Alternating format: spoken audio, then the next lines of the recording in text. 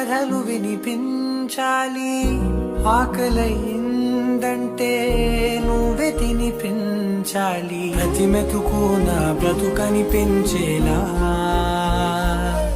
నువ్వుంటేనే నేను, నువ్వంటే నేను, అనుకోలేకపోతే ఏమైపోతాను.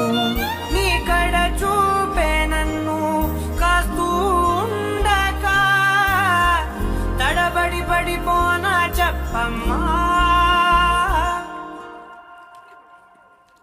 మరి మరి నన్ను మురిపెముగా చూస్తూ ఉంటే చాలమ్మా, పరి పరి విధముల గెలుపులుగా పైకెదుగుతూ ఉంటానమ్మా.